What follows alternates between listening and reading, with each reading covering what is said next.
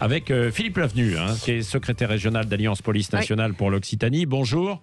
Bonjour. Vous êtes en route pour rencontrer tout à l'heure Gérald Darmanin cet après-midi à Alès, où vous allez y aller. Alors, il veut s'attaquer au point de deal avec des renforts de policiers. On va en parler dans un instant. Mais d'abord sur ce qui s'est passé dans la nuit de samedi à dimanche à Blagnac avec cet homme de 26 ans qui a été tué par arme à feu. Écoutez, on s'aperçoit qu'une fois de plus, la violence monte d'un cran. Alors, à Toulouse, ça fait quand même le 6e mort par balle ces derniers mois. Ça devient inquiétant. Ça prouve déjà, alors anecdotiquement, que le couvre-feu n'est pas respecté parce que c'était en pleine nuit. Ouais. Et qu'on ne peut pas le faire respecter, mais au-delà de ça, c'est beaucoup plus dramatique. Il y a des armes à feu qui circulent et des gens qui n'hésitent pas à s'en servir, soit pour régler des comptes commerciaux, quand il s'agit du trafic de drogue. Là, l'état de l'enquête ne permet pas de dire si c'est lié. C'est une soirée qui a mal tourné, c'est ça, non, alcoolisé un peu, non? C'est ce qui transpire en ce moment, oui. Bon, on n'a pas les résultats, mais j'allais dire peu importe. C'est que des gens armés n'hésitent pas à tirer et puis ils n'hésitent pas à s'entretuer pour des motifs les plus futiles. Ouais, et ils ont été arrêtés, les suspects ont été arrêtés, c'est ça? Quelques suspects ont été arrêtés. La police judiciaire effectue les investigations. Il reste à démontrer si c'est bien eux, donc tout ça n'est pas encore acquis. Des jeunes de 16 à 19 ans. Est-ce qu'on sait d'où viennent les armes à feu ?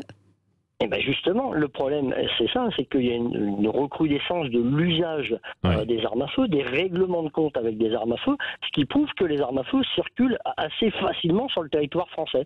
Donc il faudrait qu'on s'attaque à ça, et pour ça, il faut d'une part des effectifs pour pas que les gens soient sur la voie publique alors qu'il y a un couvre-feu, donc il faut des effectifs sur la voie publique, mais il faut aussi des effectifs dans les services d'investigation pour pouvoir mener à bien les enquêtes et mettre à disposition les auteurs de ces faits devant la justice. Et c'est là où le bas blesse bien souvent. C'est parce que le travail des policiers, il est fait. Alors, on va pouvoir démultiplier les effectifs, il y en a besoin. Mais par contre, si on remet les bandits à la justice et que la justice ne les poursuit pas, ou peu, et qu'elle les remet dans le circuit, on s'en sortira jamais. Ce qu'il faut, c'est une réponse pénale exemplaire. Et quand des gens assassinent d'autres personnes, il faut qu'ils restent en prison le plus longtemps possible.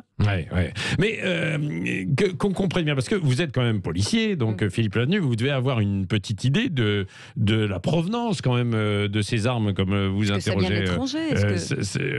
Il y a du trafic, il y a évidemment, il y a des circuits, quoi. Je ne suis pas un spécialiste du trafic des armes, mais on le sait que ça vient souvent des anciens pays de l'Est qui ont été démantelés. Et puis, c'est une filière qui est très connue, mais ceci depuis des années. Le problème, c'est que peut-être ces armes circulaient, peut-être que ces armes étaient en stock quelque part. Aujourd'hui, c'est que personne n'hésite à s'en servir. C'est-à-dire que les possesseurs de ces armes se servent de ces armes. Et pour tuer, soit pour régler des comptes, je vous l'ai dit, et c'est souvent par rapport à des trafics de drogue, là, ça n'a pas l'air d'être le cas. Donc, si c'est pour régler un différend amoureux, on commence à utiliser des armes lourdes, des armes de guerre, ça va devenir compliqué. Donc, il faut vraiment une réponse pénale. Et pour rebondir sur la visite du ministre et sur le Beauvau de la sécurité, il y avait ce sujet qui n'était pas prévu au départ, et ce qui faisait que nous ne voulions pas participer au Beauvau de la sécurité, c'est qu'il n'y avait pas tout ce pan justice. Relation de police-justice, réponse pénale, protection du policier.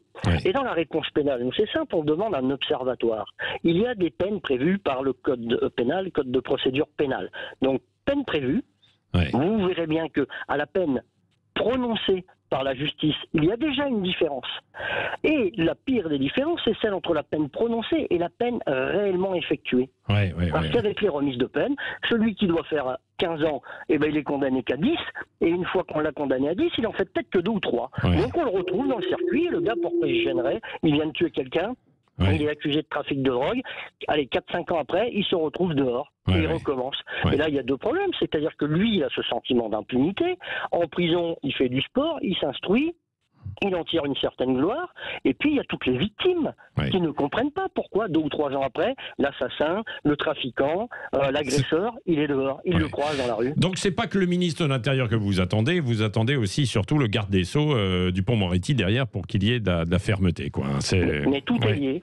Tout est lié. Il nous faut des moyens pour arrêter les voyous, et puis il faut que les voyous soient condamnés. Bon. Quand on aura fait ça, on aura bien avancé. Merci beaucoup. Philippe Lavenu, secrétaire régional d'Alliance Police Nationale pour l'Occitanie, qui va se déplacer à Alès, donc pour rencontrer cet après-midi Gérald Darmanin. Et dans un instant, une enquête incroyable sur le voile dans le monde, en France, aux États-Unis, en Bosnie, en Belgique, en Iran, en Turquie, en Arabie Saoudite. C'est la journaliste Chantal de Roeder, de l'ex-journaliste reporter de l'Obs, qui fait cette enquête, une espèce de radiographie. Vous allez voir, en tout cas, c'est sur l'histoire et sur aujourd'hui le voile islamique un peu partout dans le monde. On en parle dans quelques instants. Vous voulez réagir, bien sûr, 0826 300 300 vous attend au standard.